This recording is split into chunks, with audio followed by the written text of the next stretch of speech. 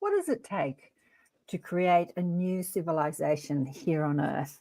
What is it going to take for humanity to love each other, to come together, to cooperate, to work together for a renewed way of living here on planet Earth? We're going to discuss that and more on the United Public Radio Network and the UFO Paranormal Radio Network with Adam Apollo. Stay tuned. You got to accentuate the positive. Wow, I feel good. A little bit of feel good goes a long way. You're listening to Karen Swain, teacher of deliberate creation, accentuating the positive, showing you a way to a better life. Accentuating the positive, it's not just fad, it's sanity. Who in their right mind would accentuate anything else? If you feel like that's what you want to do.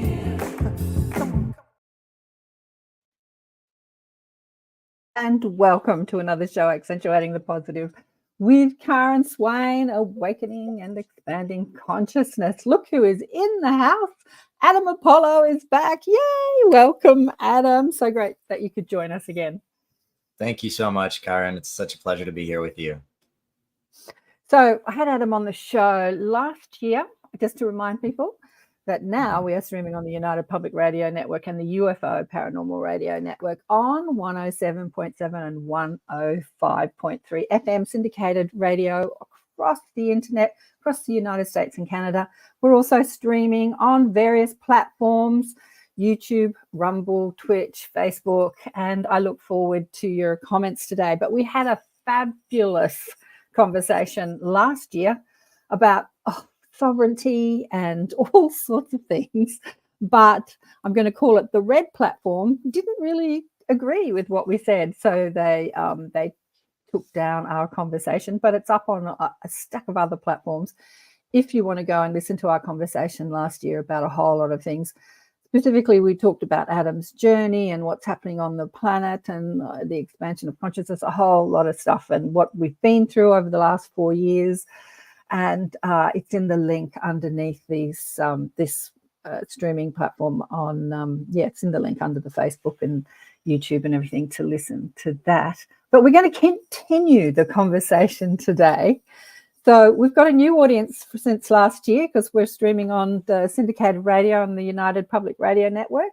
So for those people who haven't heard about Adam, I'm going to tell you a little bit about him through his bio. So Adam is dedicated to achieving a sustainable and thriving interplanetary culture. In 2005, Adam made physical contact with an extraterrestrial Star Nation ambassador and began active and ongoing communication with Galactic Ambassadors from a vast array of different species supporting Earth. After having a vision of the universe as a fractal hologram at the age of 15, Adam Apollo extensively studied a wide variety of I can't spit that out. Theoretical astrophysics. Astrophysics. Thank you. Yeah, By the time you graduated high school, he had a complete major research papers on the potential interface between consciousness, physics of space-time. So as a speaker, Adam's been everywhere. He's been featured in many events online and in person, including in the White House and the United Nations conferences around the world. He offers insights on global transitioning physics, technology, human spirituality, and the future. And as a next generation leadership ambassador at the White House, in multiple nexuses and other summits at the United Nations. And you're also presenting, which I'm presenting at the Awakening of Humanity. The Portal to Ascension is putting that on, the largest consciousness streaming event I think ever attempted. Neil has got 77 speakers. I think he's doing it for about a week or 10 days. I don't know, constant streaming of people. Yeah. So that's pretty cool. That's thank you so much for having me, Karen, and thanks for the introduction and the bio, and of course, these things are always funny, when you have to sit and listen to your own life told through the lens of a professional biography, that's been written out in polished to make sure that you're, you know, getting the access that you need to have.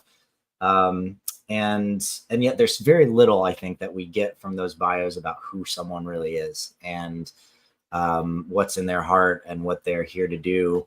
And, you know, in this day and age, you can get canceled for dang near anything. And I've had people both think it's intriguing that I've spoken at the White House, and on the other side thought, oh my God, he must be like evil or something, because, you know, as a kid, he was talking about the future of education and, you know, how do we create Town Hall 2.0? How do we create new kinds of communities?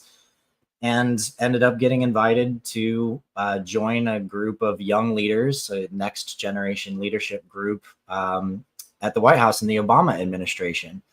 And it was actually a fabulous time. And I learned a lot about control systems and sovereignty and things like that while I was actually engaged in these events, because I had White House aides, you know, essentially sit down with us and say, you know, you guys, you kids are going to be the ones that are going to be able to make the change out there. They would say, we really appreciate what you're thinking about and the strategies that you have and the ideas that you have.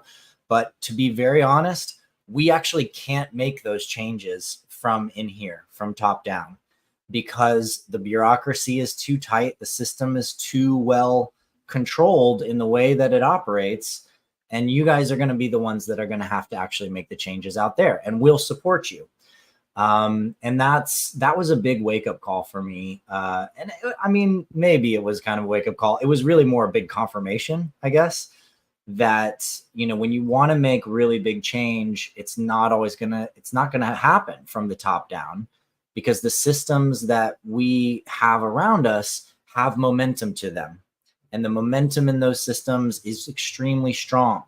You know, if you've ever been a part of a big company or a big organization and you try to move the train a different direction or change a policy, it's a huge deal, because there's so many people involved, so many protocols and ways of doing things. And my God, you know, don't get me started about all the forms and the like bureaucratic mechanisms and applications and verification systems.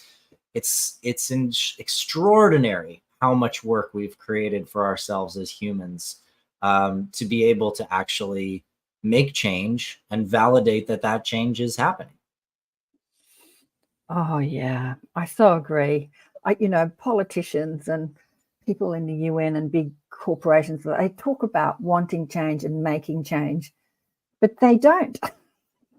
They don't. As you said, there's too many systems in place that don't allow the changes that people say they want to make.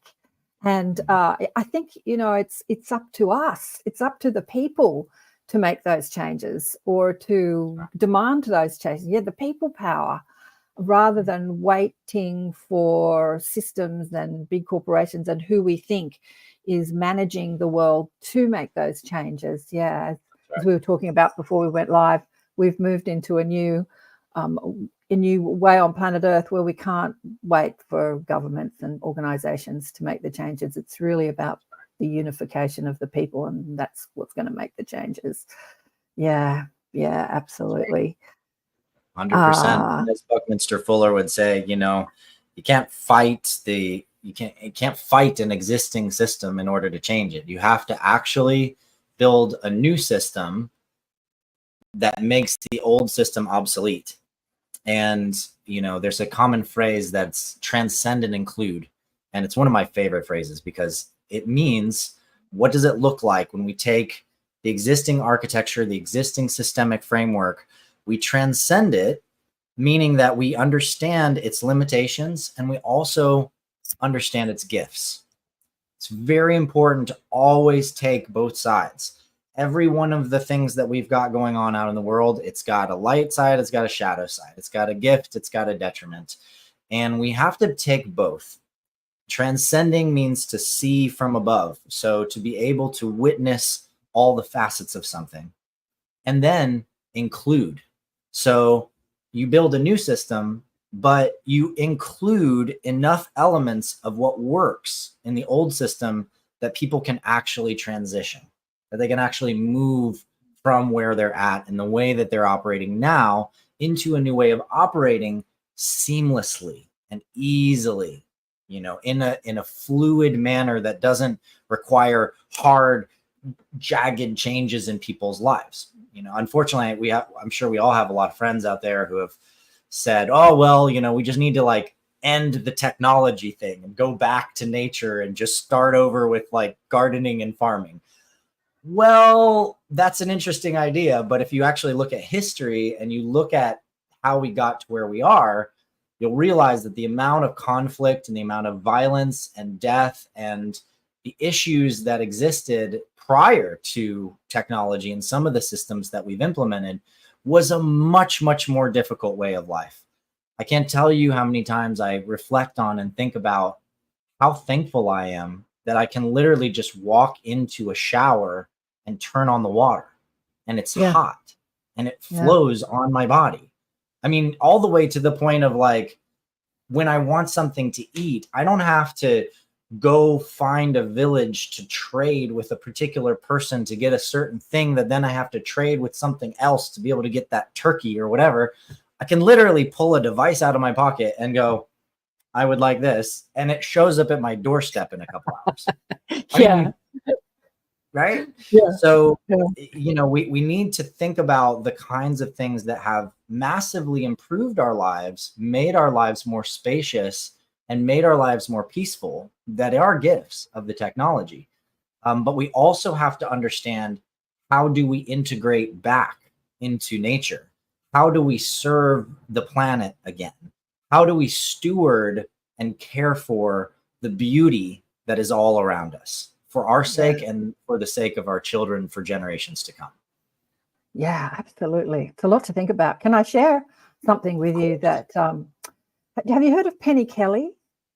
Do you know Penny Kelly? She's in her 70s now. She's another Galactic Ambassador. She's, you know, from other places in the universe, and she's had many experiences. I won't go into it, but she wrote a book 40 odd years ago called The Robes. These little men in brown robes turned up in her kitchen, a group of them, and said, we're here to give you some information. And they downloaded this information. She said she was sitting on the couch. It was like wearing a virtual reality. She was inside the information they were sharing with her, like virtual reality. Then 20 years later, they said, you need to write about it. So she wrote a book. She argued with them, but eventually wrote a book called The Robes. And one of the things they shared was a vision of the future, a probable vision or a parallel vision, you know, like there's many visions of the future, a couple of hundred years into the future. And she was inside a house, and she was walking through the house, and she went into the kitchen, and she said to me, Karen, there was no food cupboards. There was no food in the kitchen. I said, where was the food? And she said it was outside in the garden. They had what they called the kitchen garden. But so they were eating from the garden. So it was going back to nature, but there was a technology involved in it that was over this garden. It was like an energy frequency technology that maintained the atmosphere so that everything could grow and there wouldn't be pests, you know, eating it. And so technology and nature was happening simultaneously. And I just thought that was such a cool vision. And she said that they moved into like what many people are trying to do, like move into society of, they called family groups, but they weren't necessarily related by blood, like what we call communes, or where people come together and work together in, what do we call that? Communes, or people try to do it all the time. Well, I mean, there's a massive network of places called the global eco village, for example, which is really, community. It's community housing, but it's created by the community for each other in a way that creates, a localized culture and connection. I mean, I have friends in Costa Rica with property that are doing this, and other friends in other parts of the world doing this kind of thing. Yeah, it's really great how much it's expanding and showing up. Yeah, so she was saying that the world had sort of moved in this vision that she was shown, had moved into that way of living. There were small groups and then bigger groups, and everyone was sort of looking after each other. And there were like big family groups of thousands, like little towns or cities, but not like you don't know your next door neighbor. Like everyone's working together to live in a sustainable world. Yeah, it's interesting. And Indigo says here, what is electroculture? That's a good question, Indigo. Thanks for the question. What is electroculture? Did you say that? Electroculture. I don't think I said that, but you don't think you said that? Oh, okay. But it's a fascinating word, electroculture. You know, it makes me think of like electronic music or something where it's like electroculture. It's just what you go, you know, like I don't know. What's electroculture? Yeah, perhaps misheard a word that I said or something, but that's super cute. Maybe personally, that's I'm more into the break beats. So, you know, my electroculture is more like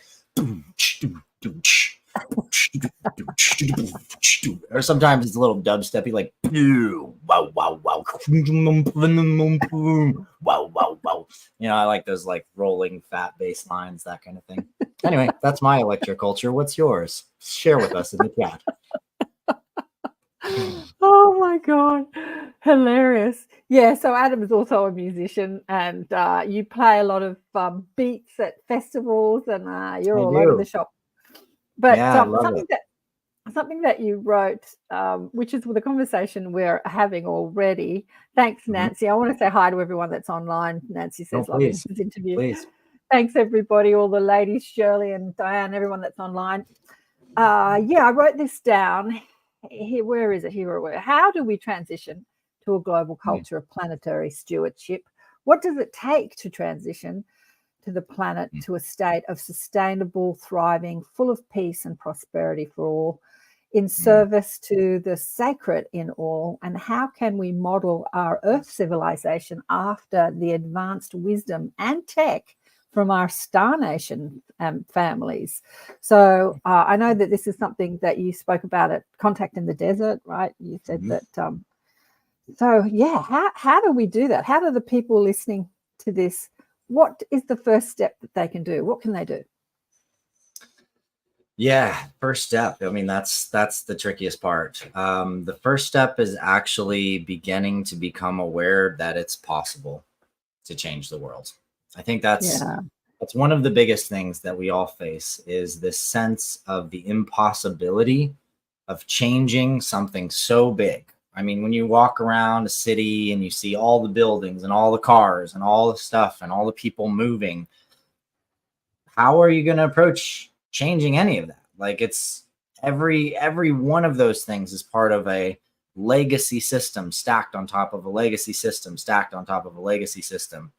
And so it takes a tremendous amount to disrupt that kind of thing and or change the trajectory of those things.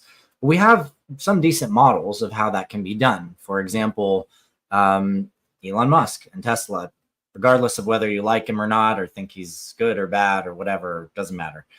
If you look at what he did with Tesla, it's really fascinating because, you know, essentially he takes, you know, a supercar, you know, a very fast car, the Tesla Roadster, and he makes a car that's really, really sexy and good looking, and that's exciting to drive, and that goes faster and accelerates faster than every car on the market, but it's electric.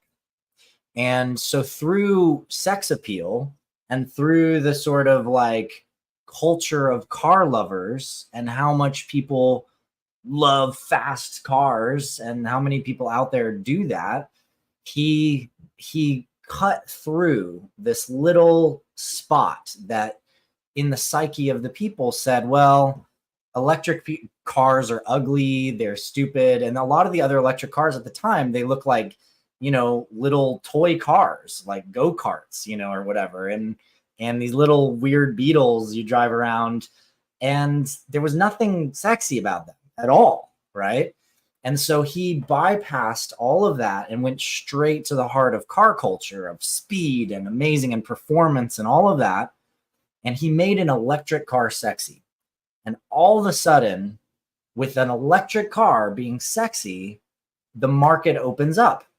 And now all of a sudden, all of these people want electric cars. And then it's kind of ridiculous. I live in LA these days, and the amount of people that drive Teslas in California is just, it's become insane. It's like, wow, I mean, you literally can't drive for more than a couple minutes without seeing another Tesla on the road. Yeah, Sydney, where I live in Sydney, is exactly the same. Exactly the same. Yeah, it's phenomenal. He made it trendy. It's like he made it trend. That's right. Yeah. That's right. And so that's the first piece that we can look at in this puzzle to solve is how do you make planetary stewardship, sovereignty, regenerative impact, how do you make these things sexy? How do we get from them being like, right now, the current state of thought is, okay, you want to make the world a better place? Well, you better donate to a charity, right? So the experience is, well, I just earned all this hard-earned money this month, and I've got this money, I have bills and stuff, and I only have so much extra, or maybe I don't even have extra. And like now I've got to like give this money to Red Cross or like someone who's going to do good with it. Okay, sure. And then you do that and you give money to the Red Cross, or to one of any of these tons of large organizations, that are out there. And you sit there and you're like, okay, now what? Nothing happens. Nothing changes. You don't see anything move. You never know what goes on with that money. And after you do that a few times, you realize, wow, like what am I actually giving to? And then you discover that unfortunately, a lot of the largest charities, the ones that actually send you the mail and say, hey, just put your $10 in, become a member of this, and we're going to change the world for you. You realize that a lot of these large scale organizations spend so much on administration of the funds that only 10%, sometimes less, ends up actually going and doing the thing that you put your money in to do. So what are you really doing? You're really just paying people's paychecks. You're paying for a business. And in some cases, you're paying for, or leaders and organizations where the money is, essentially not going to impact at all. And in some cases, unfortunately, actually is going to further the problem. And this is the case in certain industries that I won't speak about on your show in order to not have this episode disappear from certain platforms. But I think some of you out there might know what some of those industries are and some of the kinds of things that there may already be solutions to, but that right now, the suppression of those solutions creates a greater financial opportunity than the release of the solutions. And because of that, we still are fighting against X disease or X, physiological issue or X energy system or whatever. We're fighting instead of actually changing the systemic order of things. So we're faced with these challenges when we look at how do we effectively make planetary and global change. And I'll pause there because I want this to be a conversation, Karen. So feel free to jump back in and then we can kind of take it layer by layer until we show them the actual mechanisms for how we can pull this off. Well, yeah, like what you're talking about, many of the people I've had on the shows over the years who have visited other cultures across the cosmos, other civilizations. There's another person, Garnet, who is taken by a spirit guide out in his astral body and explores the universe and Earth and all sorts of things. He's written about 5 books on his adventures. He goes to human planetary systems, and they're so much more evolved than us.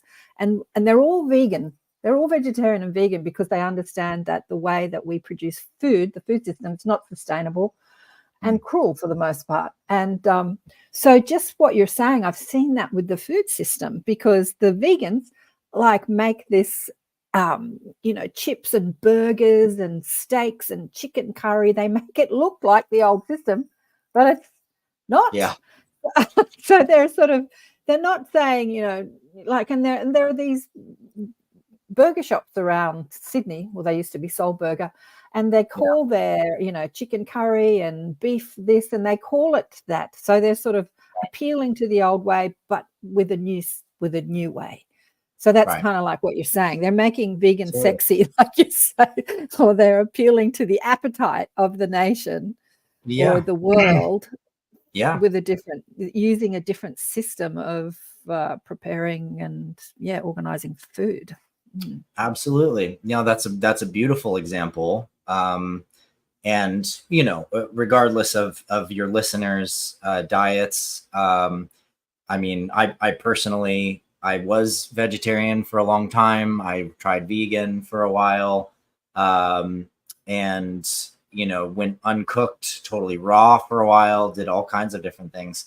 And now I'm actually more of a carnivore. I'm more primarily a carnivore. It's much better for my body, and my personal health, my metabolic health in particular.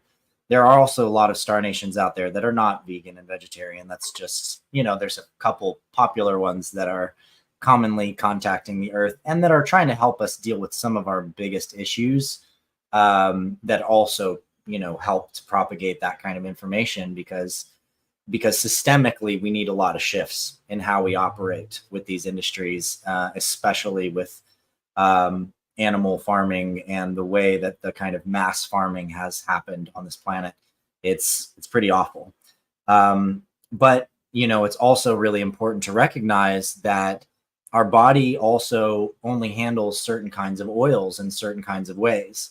And one of the most unfortunate things that I see about the sort of rise of all of these vegan products inside of, different grocery stores is that almost always they all contain polyunsaturated fatty acids and really unhealthy oils that essentially will slow your metabolism down and affect your body in a variety of different ways. And so I encourage people to learn about these things, learn about metabolic health, learn about oils in the body, learn about the kinds of things that enhance the body's operations versus creating detriment, because you can choose literally any kind of diet. And if you do it right, and if you do it consciously, it can be extraordinarily empowering. So I really encourage people to learn more about that and to learn more about those things. So great example. The vegans made veganism sexy. Awesome. Amazing. Let's reduce the killing of the animals and the way that the animal farming has been done. Let's change it. Let's go local, let's go biological, let's go regenerative. And this really points to a major facet of this change-making process. It's making it hot, making it cool. So from my standpoint, I look around and I see that people don't want to, donate to charities. People don't tend to have the time to go do good and do direct regenerative action in the world. Why? Because they've got jobs to do, right? But and they have to make money. And then you've got all of the millennials and the youth that's coming up in the world now, and they're looking at the corporate systems and the way that the systems have been, and they're like, I don't want a 9-to-5 job. I don't want to go do that. I don't want to be in an office my whole life. Like, I don't want to participate in that the way that it is. And there, we have this incredible opportunity. And it's already been there because we have so many people that do TaskRabbit, Uber, Lyft, Thumbtack. I don't even know, whatever the one is in Australia, that's the big one. But these are applications where someone is just on their phone and they just can click a button and they have a job. And they can go do that job and they can get paid for it. Now, these things aren't all that fancy and amazing because, if you're Uber or Lyft, you're driving a car around. Okay, not very purpose fulfilling, but maybe you like to talk to the people that ride in your car. If you're doing Thumbtack or TaskRabbit, it could be anything from literally scrubbing someone's toilet to building some shelving for them in a garage to hauling their junk away because they're moving, right? And so none of these things really give us any sense of purpose fulfillment, credibility, a sense of movement forward in our lives, in ourselves. No one comes home from doing TaskRabbit toilet cleanings at the end of the day and just like, man, I'm so proud of all the amazing work that I did today. Like how much I made the world a better place. Like if you do, like, congratulations, because you're 1 in a million, and that's amazing that you can just be joyful about the act of service in that way. But for a lot of people, it's just not that way. It doesn't feel that way. And so I started thinking about how could we actually create a process where the vocation, the job, the thing that you go do is actually something that makes impact and makes a difference in the world. What if the job you took on TaskRabbit was cleaning up a beach, or planting trees, or building community gardens, or cleaning up a river, or building a school, or helping homeless people? And what if it was paying you better than you get paid doing TaskRabbit, Uber, Lyft, and all of these other things? And this idea, started kind of cooking around as I was building education platforms for many years. I built a series of online academies. Some of you may have heard of the Resonance Academy for Unified Physics. I built with Nassim Haramein and taught unified physics there. I wrote the main physics programs for the Unified Science course, which was modules 3 and 4 of this major collegiate level physics course there. And I built the Guardian Alliance, which is like a school for self-mastery.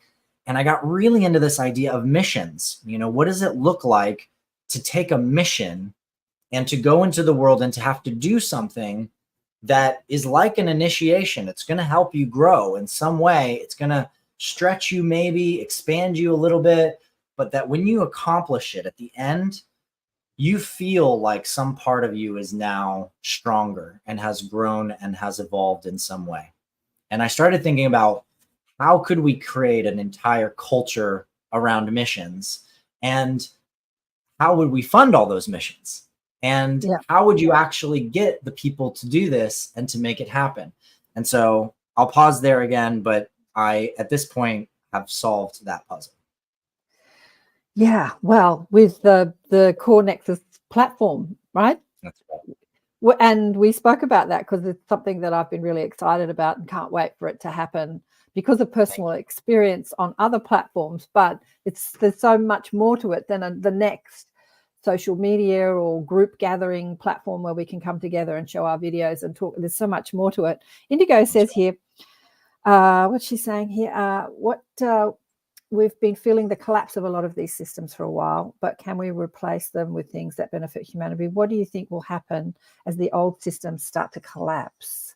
Yeah. I have a couple of thoughts about that. It's funny. If it runs smoothly, I'm thinking the first thing that came to mind, you might have that, is like the DVD shops, like when everything was streaming online, like we had records and then we went to CDs and then we had DVDs, and like there are old systems of the way we ingested media, and they collapsed as new technology came out. We just transitioned sort of smoothly, except for the older generation that just doesn't want to. I'm a part of that older generation, by the way. Still wants to shove a DVD in a DVD player. I've got a DVD player that's sitting here. It hasn't been used for 12 years. I haven't put anything in it for 12 years, but it still sits there. It's a new system. So if it happens smoothly, it can happen. Yeah, what do you think? Does there have to be chaos for things to collapse, for old systems to collapse? No, it doesn't. And it doesn't mean it's not going to be difficult for some people and some groups. I mean, it probably was pretty rough for people that were high up in the top executives of Blockbuster Video, right? Right. And, for some people, going to a Blockbuster Video and going in a store and being able to walk around and look at all the movies, and you're not just seeing 10 at a time, you're seeing hundreds, that was ideal. That was the great experience. They really enjoyed that and they really loved that.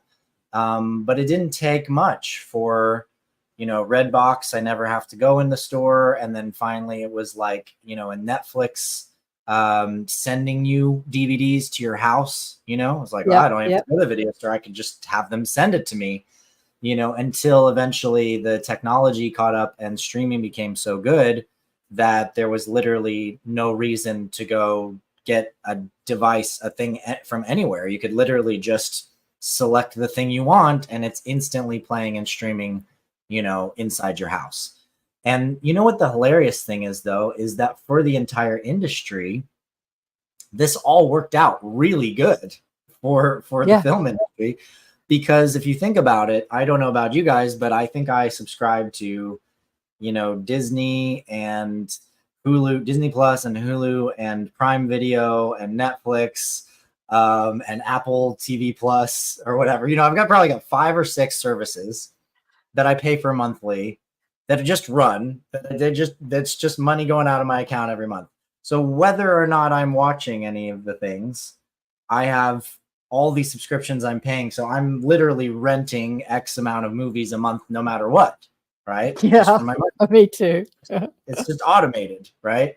Yeah. And it's possible, you know, looking at certain times and whatever, maybe I watch more than that. Maybe, you know, when I have a stint where I'm into a show and I'm watching something, you know, at the end of the night, every night or whatever, or that kind of thing. But there are fascinating ways that our lives got easier in being able to find and watch anything that we want, anytime we want.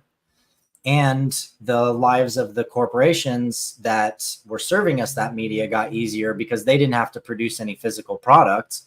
All they have to do is keep the servers running and keep them serving the videos to you. And they're going to get paid every month, and it's going to be guaranteed income because everybody forgets about that $10 charge, you know, that's going to their bank account every month. So we can see that whether or not you like those film industries or think that they're really good or not, none of that matters. What matters is looking at the way that life actually got easier through a major disruption and how that disruption created, in a sense, a very positive change for people on both sides of a marketplace. So that's the kind of thinking that we come from. How do you create a system where everyone wins? And one of the first lenses that we brought to that equation was looking at how could we make a social platform where everyone wins?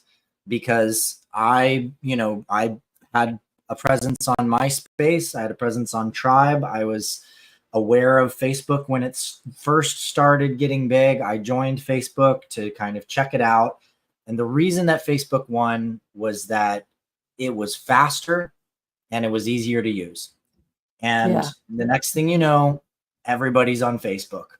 And what we didn't know and didn't expect at that time was that Facebook was going to undergo a tremendous challenge. And that challenge is actually to figure out how it would have a business model.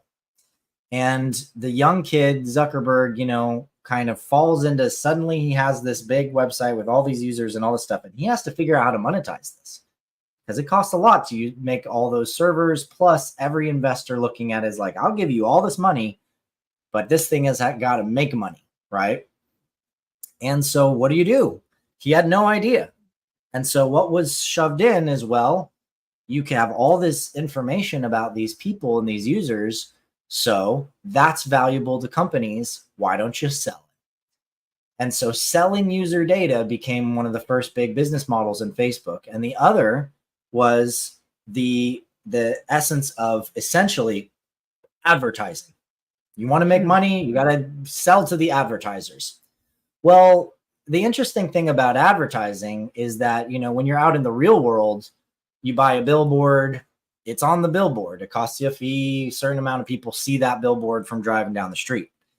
But when you're online, when you're inside of a social system like Facebook, they have all the controls over what you see and what you don't. That's what they call the algorithms. Yeah. And they realized that if they keep you from seeing the things that you want to see, right?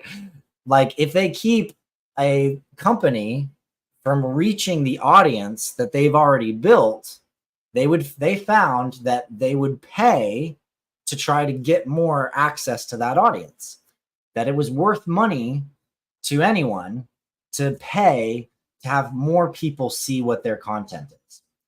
And in the beginning days, it was really awful. It was really like the mafia. I built an organization called Unify back in 2012. We grew it to over 1 million followers. We had events all around the world, December 21st, 2012. And all of a sudden, Facebook just completely cuts our reach. We're a nonprofit organization. We've literally no money. We've just create money to use it, to spend it, to do the campaigns. And and they stop our growth, and we're growing thousands of new users every month. And it took us a couple weeks to actually get on the phone with somebody at Facebook, and they said, well, sir, we have a new business program where all you have to do is just pay us $50 to $100 a day, and we will ensure that you keep reaching your audience.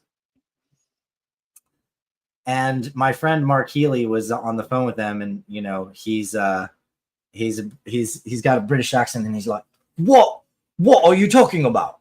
Are you kidding me? Like, this is organic reach, right? I mean, this is people actually just sharing our stuff with other people. That's all. It's just, we're making videos, we're paying for that, we're spending this money, and they're sharing, and other people are sharing it. What are you doing? You're just stopping people from sharing our stuff. What's going on? You know?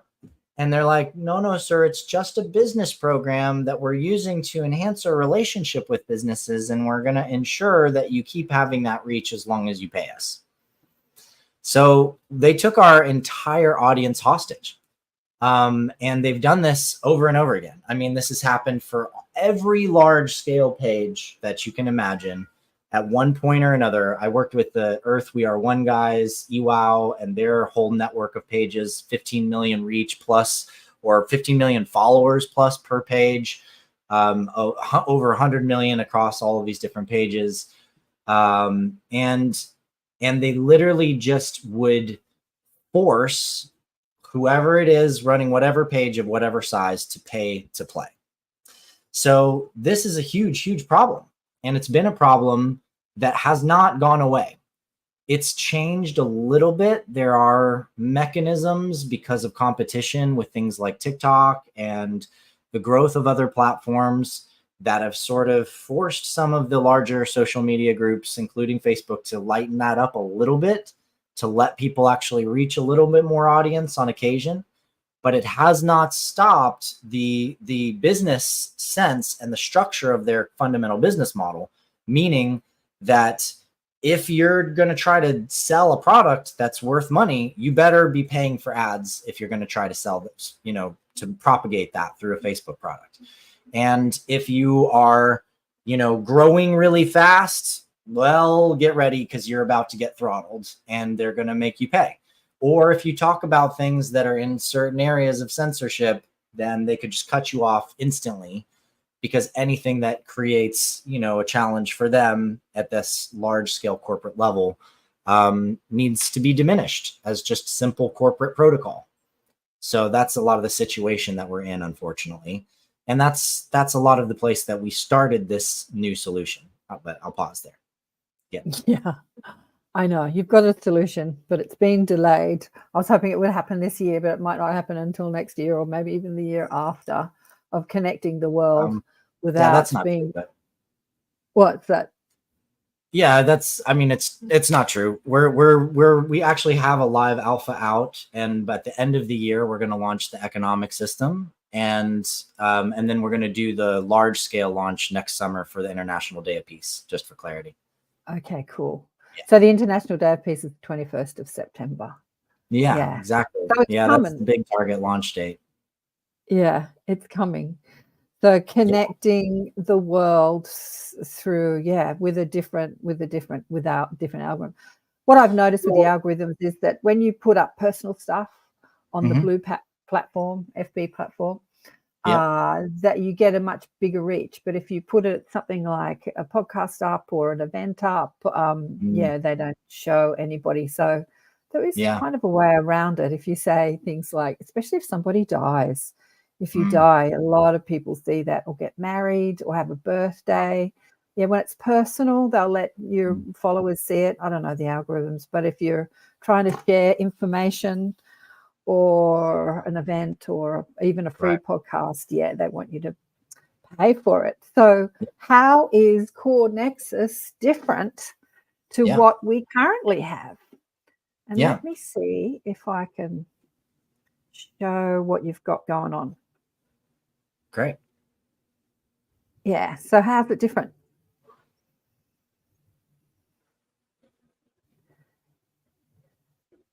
Adam.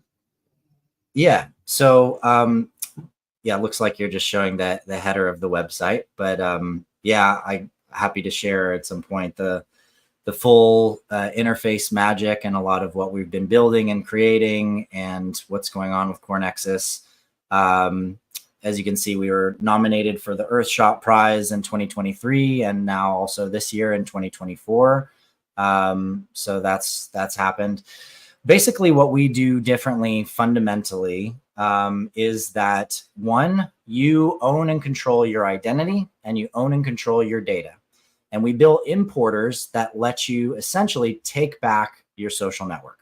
So you can now import all of your content from your Facebook, your Instagram, your Twitter, and other social content, take your entire history that you've created on those platforms.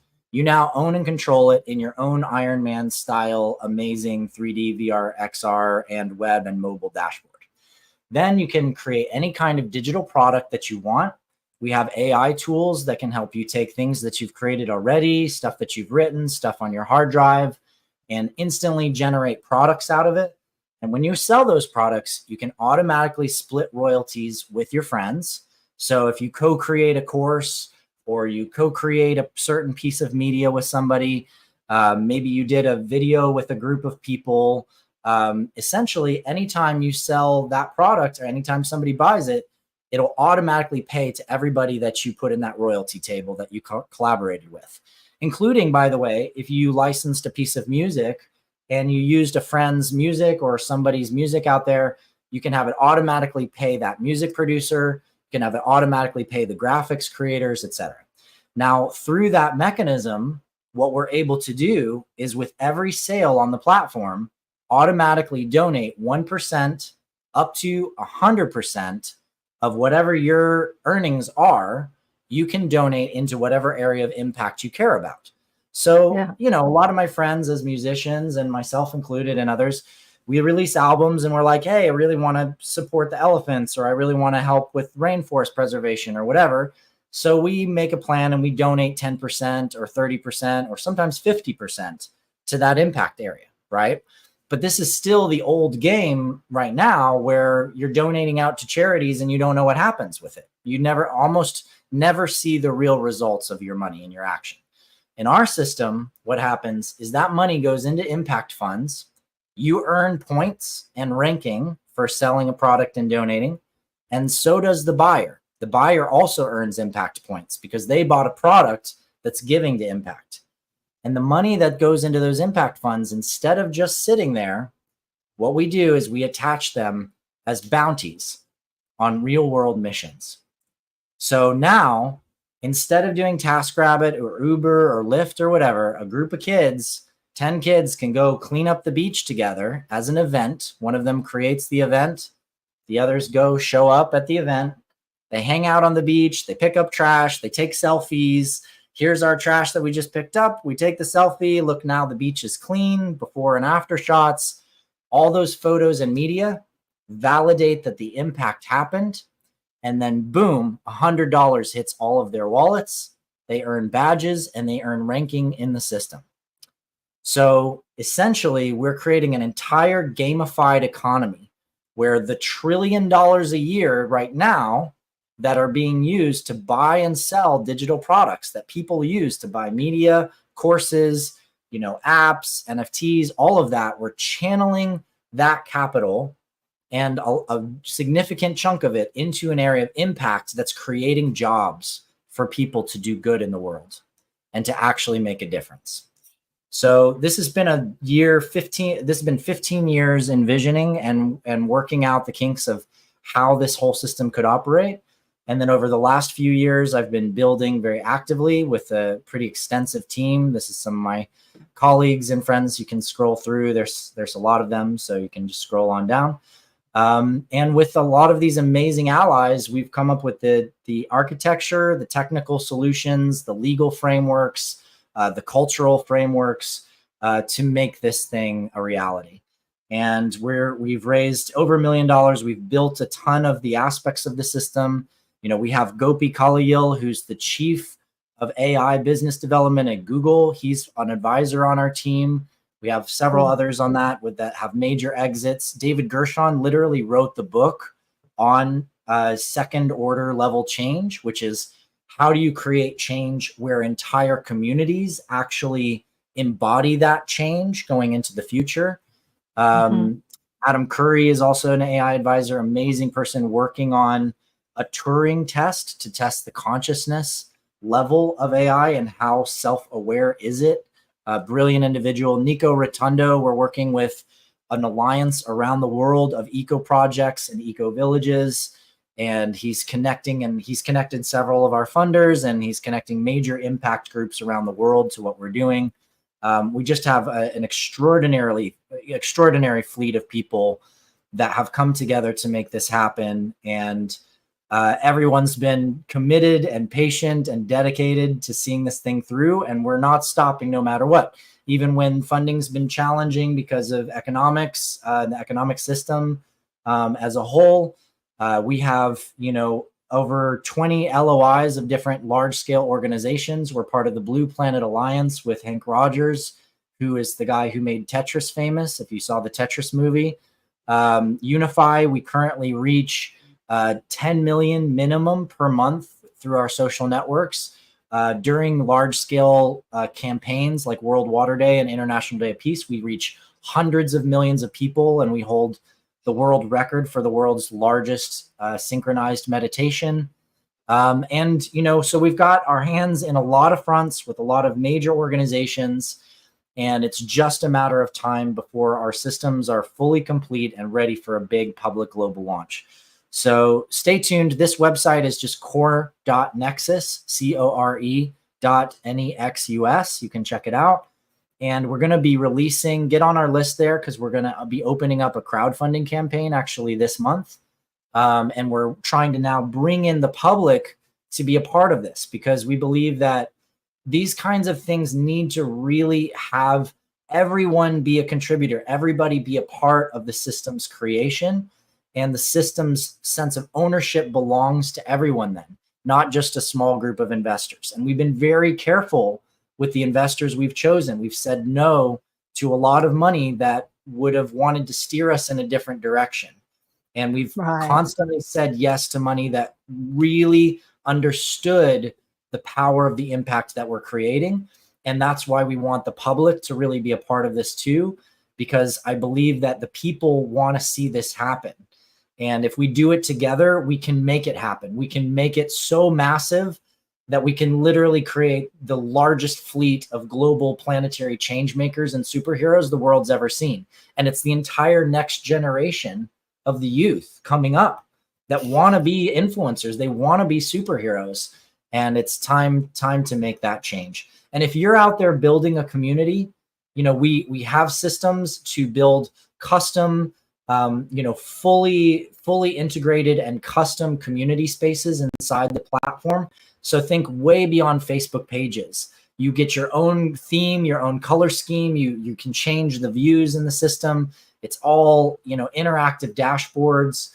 And we are contracting with several communities. We have actually active right now we're building with, and we invite more to come in on that so that we can launch together as a fleet and not just do this, with one or another, small communities.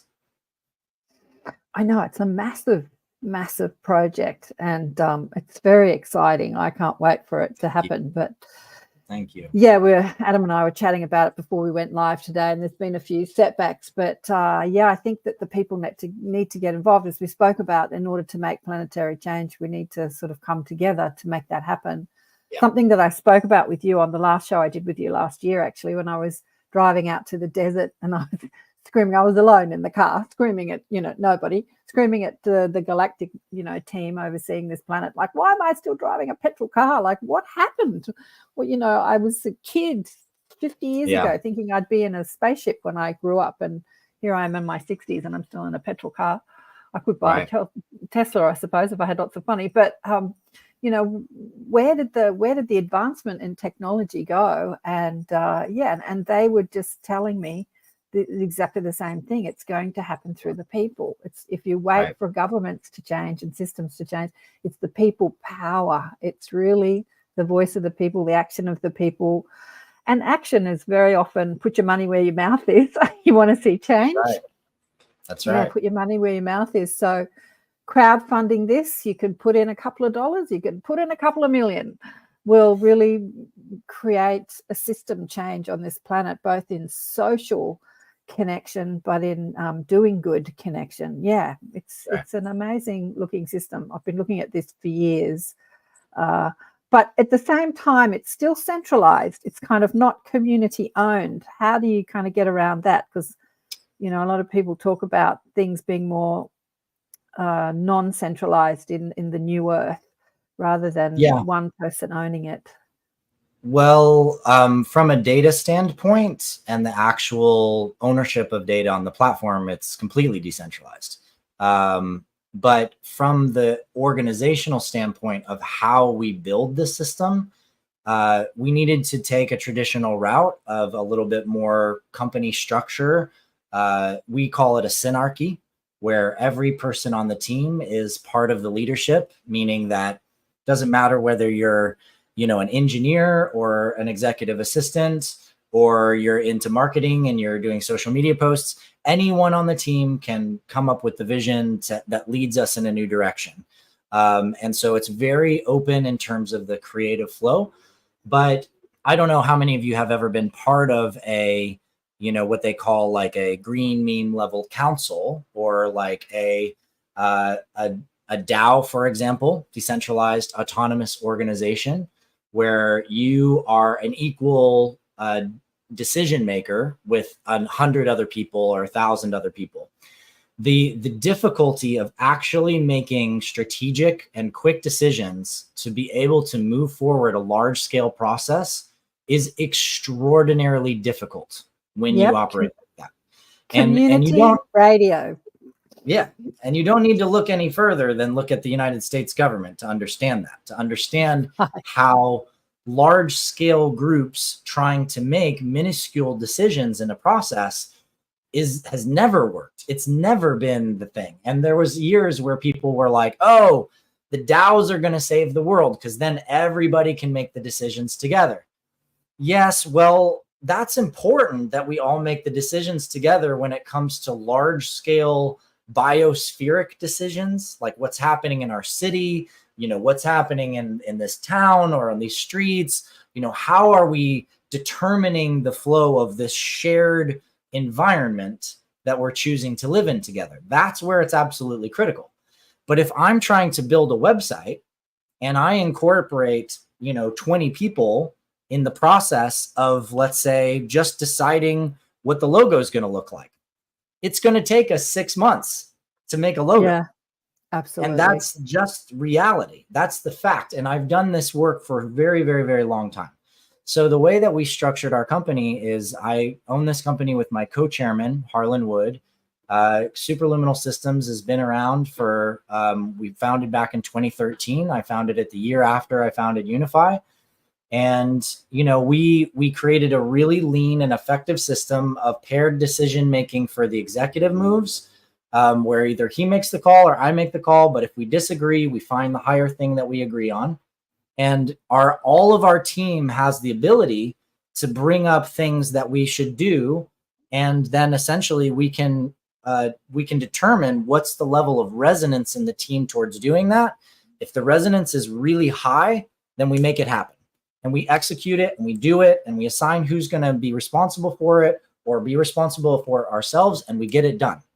And through doing that, I've built, you know, 6 different massive online academies over the last 10 years. You know, one of them, the Resonance Academy, is the largest, 150,000 students plus, before it was closed because Nassim opened up the International Space Federation. The Guardian Alliance, 7,000 students doing self-development work.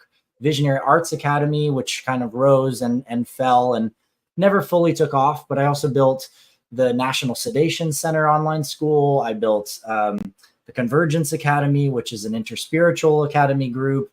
I've been doing this and building these things and releasing courses and just doing it with no capital, no investment, no upfront thing, because of the way that it can work when you move in a lean and effective fashion and everybody's producing.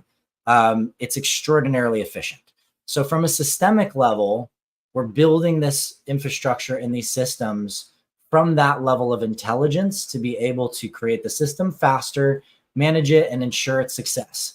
But at a data level, you have a decentralized ID on the system, and we're partnered with Holochain that's facilitating that component. That will be a big part of next year's launch. And so you own your identity much more than you got in any social network now. And then as you take data in and you take back your social networks or anything that you load and create, you fully own and control that data. You have the power to export it, to take it wherever you want, to do whatever you want with it. When you bring in your network and your friends and your connections, you own those network connections, meaning no one can ever throttle you, and you control your own algorithm. We have a tool called TrustGraph, and you can learn about that at trustgraph.is. TrustGraph enables us to create an agent-centric trust lattice that shows reputation, what we care about, who we care about, what we think about, what we trust. So for example, if I'm looking for a new physics paper, maybe I don't care what Google thinks is the best page rank. Maybe I care about what William Brown and Nassim and Marshall Lefferts and my physicist friends think is a good new paper. And now I can, through my trust in them, find a physics paper faster. Whereas if I'm looking for a new recipe to cook some, cedar salmon or whatever, I'm going to be interested in other friends of mine who are really great chefs. And so in that way, you have the power over your algorithm of how you search and what you find and what you keep above the surface. And if somebody's got, completely illogical ideas that don't make any sense at all, you can literally just push that stuff down and give negative trust in that specific area to push that content down below the surface of the ocean, so you never have to see it when you don't want to. But you still might have another area with that same person that you think they're a genius in, like my good friend David Avocado Wolf. Like, I think he's a total genius when it comes to like organic food growing, but he believes the earth is flat. So do I trust him in the science of perception? No. Do I trust him in organic food growing? Yes, I do. And so I have the power through my own logic and my own discernment to choose where and how I'm giving and interacting with trust in my network. So yes, it is a very much decentralized system in that way. I did not know that about David Avocado Wolf. I did not know that. That's really interesting. I'm kindly picking on him because I love him. It's he's such a good guy. Yeah. Whatever we want to believe, right? Yeah. Right. Well, that sounds amazing. Amazing. Maybe it's a bit over the head for a lot of people listening to this. What's he talking about? I just want to do a station break too and remind people that you're listening to Accentuate the Positive, Awakening, Expanding Consciousness with Karen Swain on the United Public Radio Network and the UFO Paranormal Radio Network on 107.7 and 105.3 FM syndicated radio across America and Canada. We are talking today with Adam Apollo about planetary stewardship. How do we steward the planet into a new direction of peace and harmony and cooperation? Yeah, and it's starting, we're talking about a new platform, social media platform. It's so much more than a social media platform, really. It's a new system to do that. And I'm thinking because I was on community radio when I first started on radio, which is about the community, about everyone working at the station, making all the decisions. There's committees and all that sort of stuff. And nothing used to get done because everyone was arguing about their point of view, which happens often in community when people come together to live in communities. Like the community is going to everyone's going to have their say on how things are run and how things are done. And humans just can't seem to, they want to be right about, I've got this idea and I'm right about it, rather than this ego thing comes into play, rather than what's best for the whole. Like, let's look at the system that works best for everybody, not what's best for you and your preferences, but what's best for the majority. And this is a system that can be implemented globally. Our governance systems. Yeah, we talk about democracy, but we don't live in a democracy, right? Well, I would say that unfortunately, because of the way the Electoral College works and the way that the selection process works for some of the largest roles in different countries, including in the United States, the US presidency. It's very, very carefully curated. And as much as I know some people would love to think that, oh yeah, no, there's just power, there's like a powerful disruptor who's in there or whatever. Like, no, guys, sorry. It's business as usual. If it wasn't structured, a particular way to meet the needs and the ends of specific large scale finance holders, really central bankers and large scale finance holders, lobbyists of some of the largest corporations of the world, if it doesn't serve those interests, it's not going to get into the presidency in the United States in the way that it's set up right now. And the game is designed that way.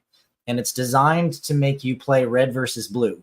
So in the United States, everybody's either blue or they're red, and they're like opposing. So everyone's divided. They think the other side is completely insane and they're totally wrong.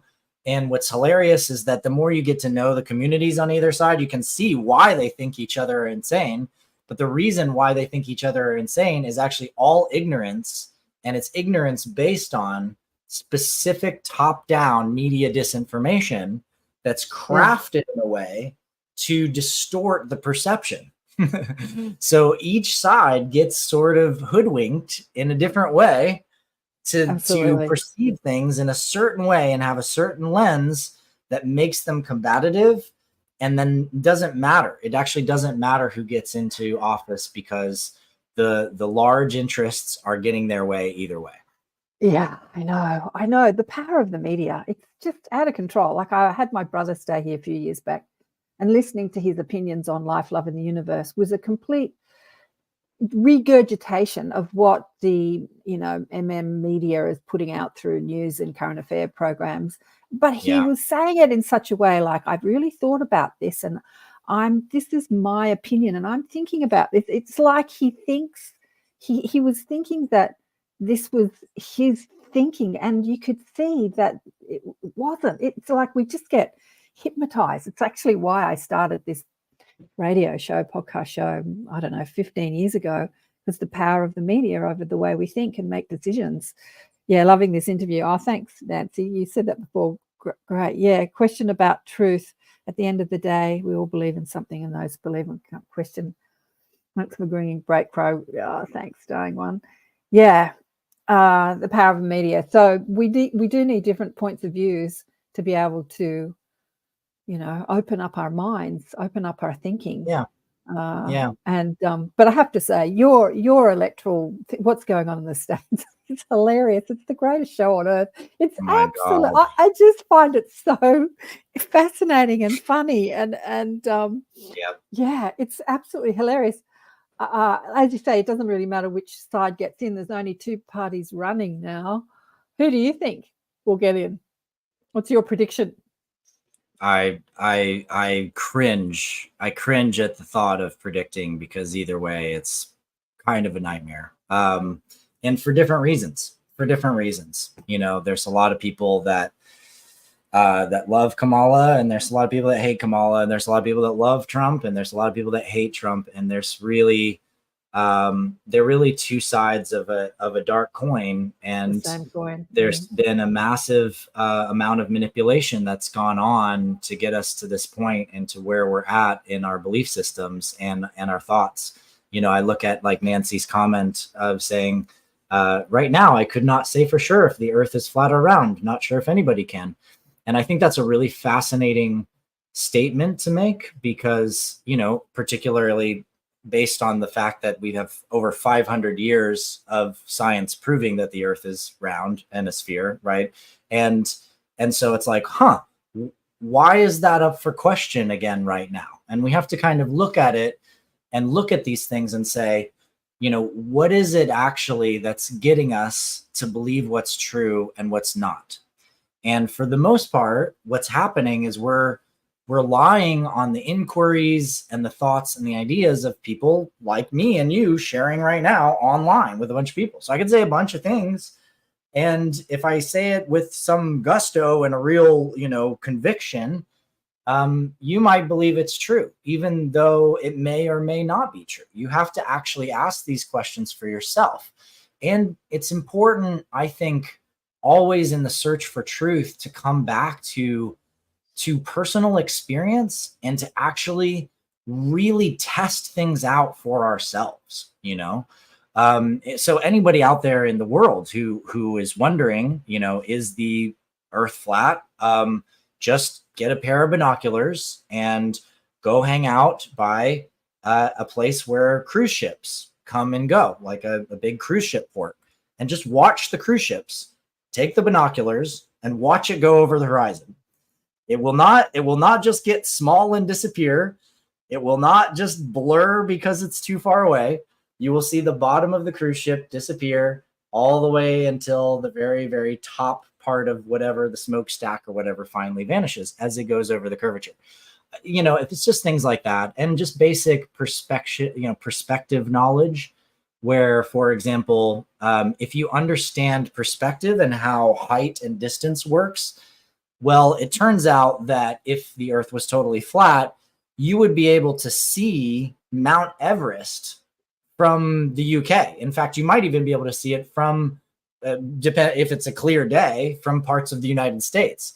And if you were in an airplane at 40,000 feet and you were flying across the Atlantic from Europe over to North America, you know, or for example, you're coming from New Zealand and going over to Australia, you would be able to see the entire continent of Australia, the entire continent from the air. Now, the reality is that when you're on that flight, you can't even see the continent, right? Barely, until you get within a couple hundred miles. And when you're crossing the Atlantic, it's the same way. You can't even see the North America until you're within a couple hundred miles because you're moving around the curvature. And, you know, I think that some of these things I like to speak about a little bit because, unfortunately, the level of let's say, the level of fear, is it fear? Is it a suspicion? Is it a sense that someone's lying to you? You know, that feeling that's there is real for all of us. And the feeling that we're being lied to is one of the biggest drivers that drove me to create education systems and to become a speaker. When I was in high school, I just had the sense that a lot of what I was being told was a lie. And I could feel it in my body. It just didn't feel right, you know? Yeah.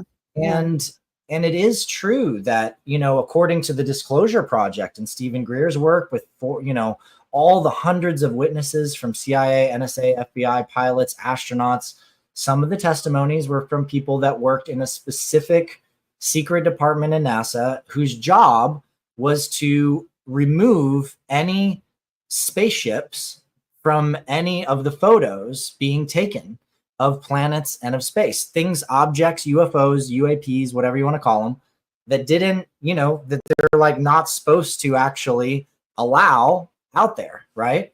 And so it is true that NASA has hidden information. It's true that there have been Black organizations that have hidden different kinds of things from people in different ways. And we have every reason to have that suspicion, for sure.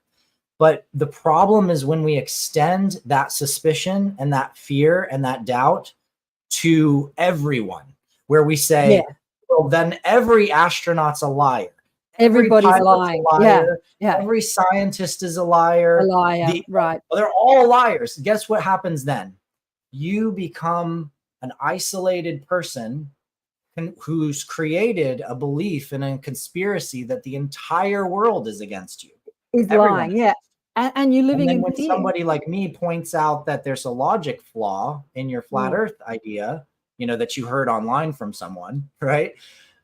Suddenly you feel angry and you may feel like, oh, well, then he's the bad guy or he's the bad person. And I can't tell you how many times I've been assaulted online just by pointing out one simple thing. Like, hey, well, you know, I lived on the beach in Hawaii. My dad lived on the beach there for 25 years. I watched countless boats go over the horizon. I have friends who are astronauts. My other friends literally just went to Antarctica last year. I have all their photos. They all hung out on Antarctica. It's not a freaking ice wall. I mean, all of the proofs are correct for me, right? We all just need to learn to remember our astral travels, and then we can validate it or not, because all of us are out of body at night, cruising around, whether they're cruising around our bedroom or cruising around the neighborhood or our city, or we're up in space.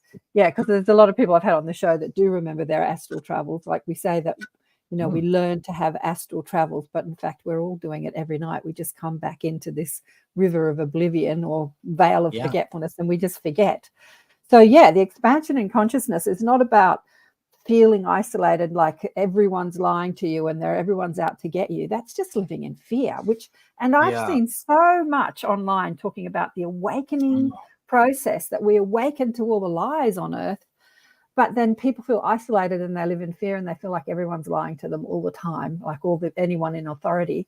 That's not what awakening is about. Awakening is about feeling completely supported and loved in your skin, and like the universe adores you and life adores you, and you can create your reality no matter what anybody else believes. You can get what you want. You can make it happen simply because you know how to align energy. Rather than listening to what other people have to say. It's always about what feels good inside my body, because that's your truth, regardless of what anybody else's truth is about. I've seen that happen, especially since 2020. Like this mass awakening is people waking up to the lies, and living in fear and feeling like everybody's out to get them and everybody's wrong and arguing with everybody, rather than feeling like Wayne Dyer says, you either believe in a friendly universe or a hostile universe.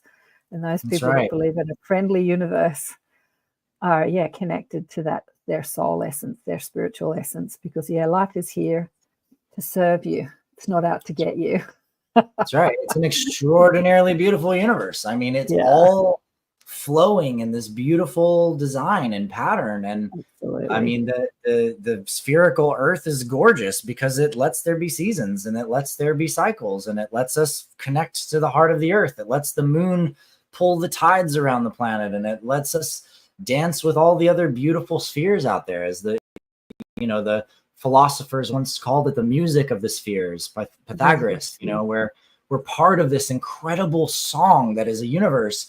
And we have to open our hearts. We have to have compassion. And that even means compassion for some of the darkest controlling systems on the planet. That means compassion for the Trumps and the Harrises of the world, and for whoever happens to be, in the politics in your country out there.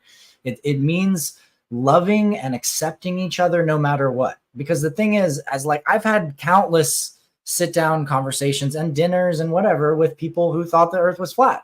And because they learned about it online and they had questions and they didn't know how to ask the right questions, it's totally fine. I'm not going to judge somebody for that belief. I don't think that anything's wrong with them. There's nothing wrong with them. It's just an idea. But we have to be able to talk about ideas. And we can't talk about ideas unless we can be friends, unless we can actually open our hearts and hear each other. And if we question and we hear each other and we learn and we grow, then maybe we just get a little bit more insight. We get a little bit greater perspective. And I believe that relationships are the key to everything. So how we relate with each other and how we learn from each other is everything in terms of how we grow, and really also in terms of who we are and who we become, because we become who we are through every relationship and every dynamic that we've had from the beginning of our experience in time. That's really what's forged us. And if you look at your life, you'll realize that even the hardest times that you've had with whoever you had them with, those things helped you grow in amazing ways. And you learned so much because of those relationships. So in the end, love is the answer, period. That's really the one truth. That's the one and only answer. And from states of love, we also gain states of clarity because we get into clearer relationships, not just with each other as humans, but with animals, with planets, with plants, with plants and with planets, with the nature of existence itself. And then we begin to see it more clearly, more lucidly, and really understand its processes, its cycles and dynamics. And that helps us step into greater superpowers in us to serve others and to serve the world that we live in. Beautifully said. Yeah.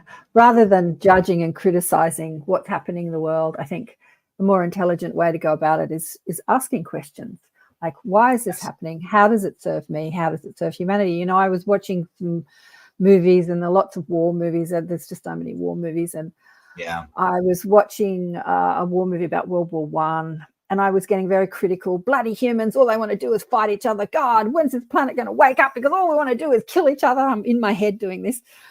And my guide said, yeah, but look how World War One changed the world. And I said, how did it change the world? Just by killing people's sons, going off to war, killing everybody's children. This is me in my head. It said it actually completely changed the social structure of the world, because when you put all these different people in a war, they all became one in their fight of the other side. And black and white and money and poor, rich people, poor people, all worked together. And when World War One changed, the society was greatly different. And I thought, wow, I hadn't actually ever thought about it like that. So there's always a purpose to everything that we're going through, even if it looks chaotic and mad and crazy. There's something going on. And so, so ask better questions like, what is the purpose to this? How is it serving me? How's it serving humanity? Before we go, because we've only got 10 minutes left, you've got a new book out. Come on, plug your book. What's happening with the book? Sure. Yeah, no, I'd be so honored if people wanted to check it out. Is it on your website? Can I share it on your website? Let me see if I can find it on your absolutely. website. So no, the site literally just launched, so it's not even on my personal website. I just opened it up. I literally just sent the first email out like night before last. And so it's called The Dragon Key, and the website is thedragonkey.com.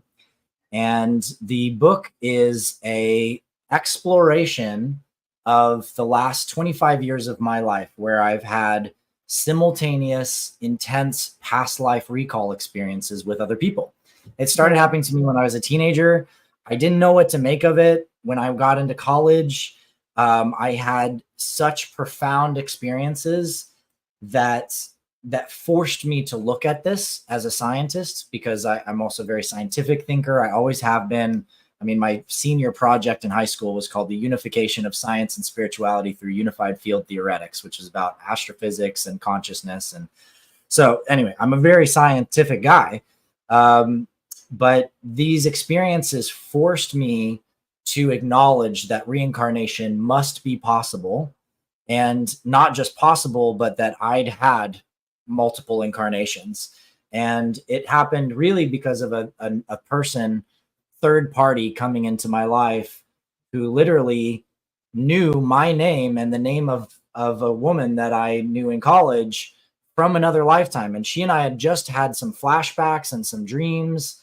And he got drunk at a Halloween party, starts calling us by those names and crying and apologizing to us for what he did to us in the Middle Ages. And so that really sort of set me on this trail. And since then, I have met hundreds of people that I share past life memories with. I began documenting my lifetimes across Earth, and it ended up that I began to have memories from other worlds and have experiences from other planets. And I started to document those and to find many more people like me who have these memories and experiences on these other worlds and in these other cultures. And I always thought a lot of this was just for me and just for me to be, a speaker and to share with people about. But as I wrote about all of it and I shared and kind of documented more and more of these lifetimes, I began to realize that I really had a responsibility to share my journey and my story with people. And so the book, the actual paperback book, will be available on Amazon in a couple months. But right now, I've opened up the online experience, which is media rich. You get the downloads of each section as they're released that you can read from your phone or from a tablet or from any reader. It's also available online with lots of cool images and stories from each of the lifetimes. And right now, the introduction is open. I'm about to. The prologue is open. I'm about to release the whole introduction, which is basically a past life course on how to see and understand your lifetimes and your own experiences in that area. And then I'll be opening up the main body of the book and publishing the book. So come and join us. Join my inner circle on there. We're going to do live Q&As about past lives. I'll help you with your own recall experiences. The book's got an AI companion. Go ahead and click become a member, and I'll show you the second page. It's quite beautiful if you scroll up a little and click that. But it's great opportunity to just, to get to know me and to connect. No, there's the button. There's just buttons all over on the page, or you can click the experience. That's fine. Yeah, so come in and learn about dragons, learn about galactic culture, learn about, history on Earth, and learn about past life memories. I've got some really cool AI companions that I built for the book too, that know the content of the book. So you can ask them questions and they'll give you poetic answers and insights based on writings that I've done that I fed into the system. So it's a really, really fun project, and I'm really excited to have people come and join me for it. The dragon energy seems to be very present on the Earth right now. I'm talking to a lot of people talking about dragon energies, and we were talking about, somebody asked in the questions, how do we change systems without things collapsing? Like that dragon energy is really represents that transition and shift, like burning down the old and building up the new. It represents all the elements that we're working here in the physical dimension: fire, wind, water, air. Dragons seem to sort of have dominion over those elements. They breathe fire, they fly in the air, they can be in the water. That dragon energy seems to be big at the moment. Everyone's talking about dragons. Well, in my circles anyway. I don't know about other people's circles, but in my circles. Definitely. All around my entire life, and most of the circles, I'm in many different kinds of circles, and most of the circles in my life are all facing a lot of dragon information lately. And one of the biggest things in this first book covers the sort of story of the roots of what happened in our galaxy a long time ago, when dragon souls came to this galaxy, and the two sides of what went down, where there was a massive wound and trauma that the dragons had from having genetics stolen, and that this created a race that then went through and started to destroy this galaxy. And so you'll find keys in this book that answer probably some of the deepest questions you've had about reptilians, about I was going to say dragons. That's a whole conversation, and so that's a whole show in itself, because people are like, aren't dragons reptilians? And then there's all that conditioning about reptilians being evil. And we love as humans to play this good versus bad, right versus wrong, love versus evil game. But there's only one source, and it's a source of pure positive energy. There's only one source of everything that's created, whether you want to separate it and call it good and evil. And some people call that God or source or the creator. There's just one energy that we play with, that all of it. So it's up to us do we want to feel good or feel bad? That's a choice. Do we want to judge things as evil and bad and feel bad about it, or feel good? That's a choice that we're given while we're here on this planetary experience. Darling one, it's been amazing to connect with you again. Have you ever been down under? I'm sure you've been to Australia. Have you been to Australia before? I actually haven't. The only places in the Southern Hemisphere I've spent significant time were Peru and Bolivia. I spent quite a bit of time there with Richard Salazar, by the way, who just popped up in the chat, and others, friends of mine in the Resonance Academy, exploring sacred sites there. And Peru and Bolivia are amazing. But I've always certainly wanted to come to Australia and New Zealand. I have a lot of friends in New Zealand and Australia both. Fantastic. So we'll have to get you down under. We've run out of time, unfortunately. Big love. Thank you to everyone that's been watching. Thanks, Nancy. And Richard, Diane, everyone that's been online. If I didn't, Susan. Hi. Thank you again, Adam. Stay online. I want to have a chat to you. I'm just going to play the where's my banner, and we'll see you all next time. Check out. Thank you, everyone. Thank you so much. Good to see you all. Thank you. Bye for now.